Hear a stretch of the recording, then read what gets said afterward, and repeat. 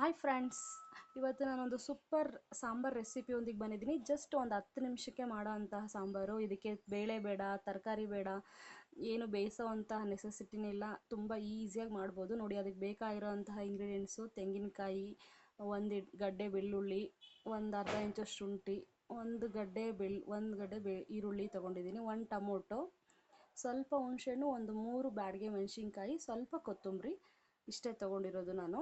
ಒಂದು ಹಿಡಿಯೋಷ್ಟು ತೆಂಗಿನಕಾಯಿ ಕಟ್ ಮಾಡಿ ತೊಗೊಂಡಿದ್ದೀನಿ, ಒಂದು ಗಡ್ಡೆ ಬೆಳ್ಳುಳ್ಳಿ, ಒಂದು ಅರ್ಧ ಇಂಚ್ ಶುಂಠಿ, ಈರುಳ್ಳಿ, ಟೊಮೊಟೊ, ಮೆಣಸಿನ್ಕಾಯಿ, ಹುಣಸೆಹಣ್ಣು, ಕೊತ್ತಂಬರಿ. ಇಷ್ಟೇ. ಇದನ್ನು ರುಬ್ಕೋಬೇಕು. ನೋಡಿ, ನಾನು ತೆಂಗಿನಕಾಯಿನ ಚಿಕ್ಕದಾಗಿ ಕಟ್ ಮಾಡ್ಕೊಂಡು ತೊಗೊಂಡಿದ್ದೀನಿ, ಒಂದು ಹಿಡಿ ಆಗೋಷ್ಟು. ನಿಮಗೆ ಜಾಸ್ತಿ ಸಾಂಬಾರು ಬೇಕಂದರೆ ಇನ್ನೂ ಸ್ವಲ್ಪ ಜಾಸ್ತಿ ತೊಗೊಳ್ಳಿ.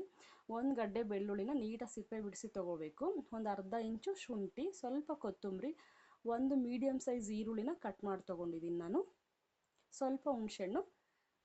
ಇದಿಷ್ಟು ಹಾಕ್ಬಿಟ್ಟು ಒಂದು 3 ಬ್ಯಾಡಗೆ ಮೆಣಸಿನ್ಕಾಯಿ, ಸ್ವಲ್ಪ ಕಲ್ಲರ್ಗೆ ಅಷ್ಟೇ ತೊಗೊಳ್ತಾ ಇರೋದು ನಾನು.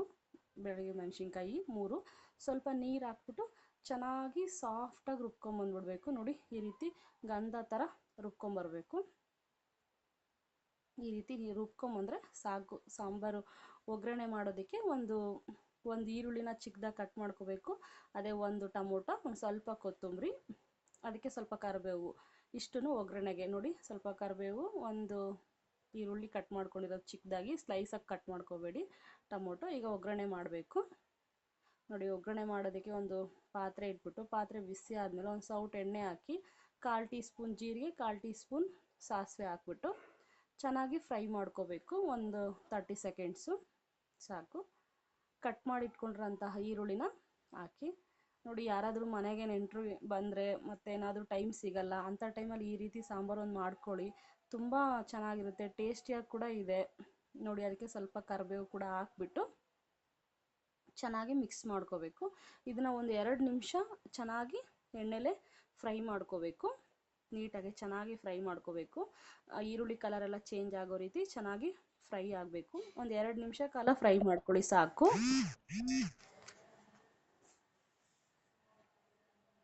2 ನಿಮಿಷ ಚೆನ್ನಾಗಿ ಫ್ರೈ ಮಾಡ್ಕೊಂಡಾದ್ಮೇಲೆ ಕಟ್ ಮಾಡಿ ಇಟ್ಕೊಂಡಿರೋ ಟೊಮೊಟೊ ಕೂಡ ಹಾಕಬೇಕು.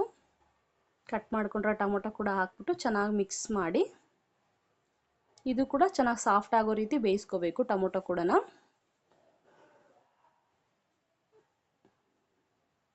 ಸ್ವಲ್ಪ ಉಪ್ಪು, ರುಚಿಗೆ ತಕ್ಕಷ್ಟು ಉಪ್ಪು ಹಾಕ್ಬಿಟ್ಟು ಚೆನ್ನಾಗಿ ಮಿಕ್ಸ್ ಮಾಡಿ. ಉಪ್ಪು ಹಾಕಿದರೆ ಬೇಗ ಸಾಫ್ಟ್ ಆಗೋಗುತ್ತೆ ಟೊಮೊಟೊ, ಅಷ್ಟೇ. ಅದಕ್ಕೆ ಒಂದು 2 ನಿಮಿಷ ಚೆನ್ನಾಗಿ ಫ್ರೈ ಮಾಡಿಸ್ಕೊಂಡ್ರೆ ಸಾಕು. ನೋಡಿ, ಒಂದು 2 ನಿಮಿಷ ಚೆನ್ನಾಗಿ ಫ್ರೈ ಆದಮೇಲೆ ರುಬ್ಕೊಂಡಿರೋಂತಹ ಮಸಾಲಾನ ಇದಕ್ಕೆ ಹಾಕಿ ಚೆನ್ನಾಗಿ ಮಿಕ್ಸ್ ಮಾಡಿ, ನೀಟಾಗಿ ಚೆನ್ನಾಗಿ ಮಿಕ್ಸ್ ಮಾಡಿಕೊಂಡು, ಇದಕ್ಕೆ ನೀರು ಹಾಕ್ದಲೇ ಒಂದು ನಿಮಿಷ 2 ನಿಮಿಷ ಚೆನ್ನಾಗಿ ಹಾಗೇ ಬೇಯಿಸ್ಕೋಬೇಕು. ಒಂದು ಪ್ಲೇಟ್ ಕ್ಲೋಸ್ ಮಾಡಿಬಿಟ್ಟು ಹಾಗೆ ಡ್ರೈ ಆಗಿ ಒಂದು ಸ್ವಲ್ಪ ಫ್ರೈ ಮಾಡ್ಕೊಳ್ಳಿ. ಅದಾದಮೇಲೆ ಚೆನ್ನಾಗಿ ಮಿಕ್ಸ್ ಮಾಡಿಬಿಟ್ಟು ಆಮೇಲೆ ನೀರು ಆ್ಯಡ್ ಮಾಡ್ಕೊಳ್ಳಿ. ಫಸ್ಟೇ ನೀರು ಆ್ಯಡ್ ಮಾಡೋಕ್ಕೆ ಹೋಗಬೇಡಿ. ಒಂದು 2 ನಿಮಿಷ ಹಾಗೆ ಡ್ರೈಯಾಗಿ ಬಿಟ್ಬಿಟ್ಟು, ನೋಡಿ, ಜಾರನ್ನ ತೊಳೆದ್ಬಿಟ್ಟು ಜಾರ್ ನೀರು ಹಾಕ್ಬಿಟ್ಟು ನೀವು ಇವಾಗಲೇ ಎಷ್ಟು ತಿಳಿ ಬೇಕೋ ಅದನ್ನು ನೋಡಿಕೊಂಡು ಇವಾಗಲೇ ತಗೊಳ್ಳಿ. ಎಷ್ಟು ತಿಳಿ ಬೇಕೋ ಅದನ್ನು, ನೀವು ಗಟ್ಟಿಗೆ ಬೇಕೋ ಅದನ್ನು ನೋಡಿಕೊಂಡು. ನಾನು ರೈಸಿಗೆ ಮಾಡ್ತಿರೋದ್ರಿಂದ ನಾನು ಸ್ವಲ್ಪ ತಿಳಿಯಾಗೆ ಮಾಡ್ಕೊಂಡಿದ್ದೀನಿ. ತುಂಬ ಚೆನ್ನಾಗಿದೆ ಈ ಸಾಂಬಾರಂತೂ. ಸೀರಿಯಸ್ಲಿ ನನಗಂತೂ ತುಂಬ ಇಷ್ಟ. ನಿಮಗೂ ಇಷ್ಟ ಆಗುತ್ತೆ. ಈ ರೀತಿ ಒಂದು ಸಲ ಮಾಡ್ಕೊಂಡು ನೋಡಿ. ಬೇಳೆ ತರಕಾರಿ ಸಾಂಬಾರು ತಿಂದು ಬೇಜಾರಾಗಿರೋ ಅಂಥವ್ರು ಇದೊಂದು ಟೈಮ್ ಟ್ರೈ ಮಾಡಿ. ತುಂಬ ಅದ್ಭುತವಾಗಿದೆ ಸಾಂಬಾರು. ನೋಡಿ, ಇದಕ್ಕೆ ಎಷ್ಟು ಬೇಕೋ ಅಷ್ಟು ನೀರು ಹಾಕ್ಕೊಳ್ಳಿ. ಇದು ಅನ್ನಕ್ಕೆ ಮಾತ್ರ ಅಲ್ಲ, ಮುದ್ದೆಗೂ ಸಖತ್ತಾಗಿರುತ್ತೆ.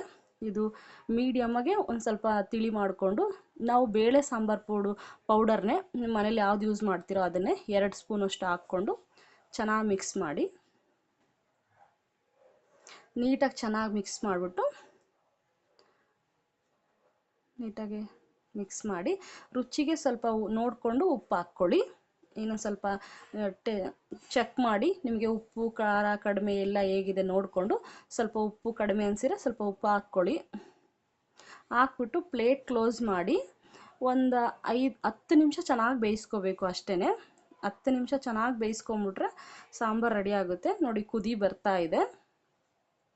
ಇವಾಗ ಚೆನ್ನಾಗಿ ಮಿಕ್ಸ್ ಮಾಡಿಬಿಟ್ಟು ನಾವು ಕಟ್ ಮಾಡಿ ಇಟ್ಕೊಂಡಿರ್ತೀವಲ್ಲ ಕೊತ್ತಂಬರಿನ, ಅದನ್ನು ಇದಕ್ಕೆ ಹಾಕ್ಬಿಟ್ಟು ಚೆನ್ನಾಗಿ ಮಿಕ್ಸ್ ಮಾಡಿ ಒಂದು 10 ನಿಮಿಷ ಬೇಯಿಸ್ಕೊಂಡ್ರೆ ಸಾಂಬಾರು ಕಾಯಿ ಬಜ್ಜಿ ಸಾಂಬಾರು ರೆಡಿಯಾಗಿರುತ್ತೆ. ಸೂಪರಾಗಿರುತ್ತೆ. ನೋಡಿ ನೀವು ಟ್ರೈ ಮಾಡಿ. ಒಂಥರ ಹೆಂಗಿದೆ ಅಂತ ಹೇಳಿದ್ರೆ, ಎಮರ್ಜೆನ್ಸಿ ಯಾರಾದರೂ ಮನೆಗೆ ಬಂದಿರ್ತಾರೆ, ಮಾಡೋಕ್ಕೆ ಬೇಳೆ ಬೇಯಿಸಿ ತರಕಾರಿ ಕಟ್ ಮಾಡಿ ಮಾಡೋಕ್ಕಾಗಲ್ಲ.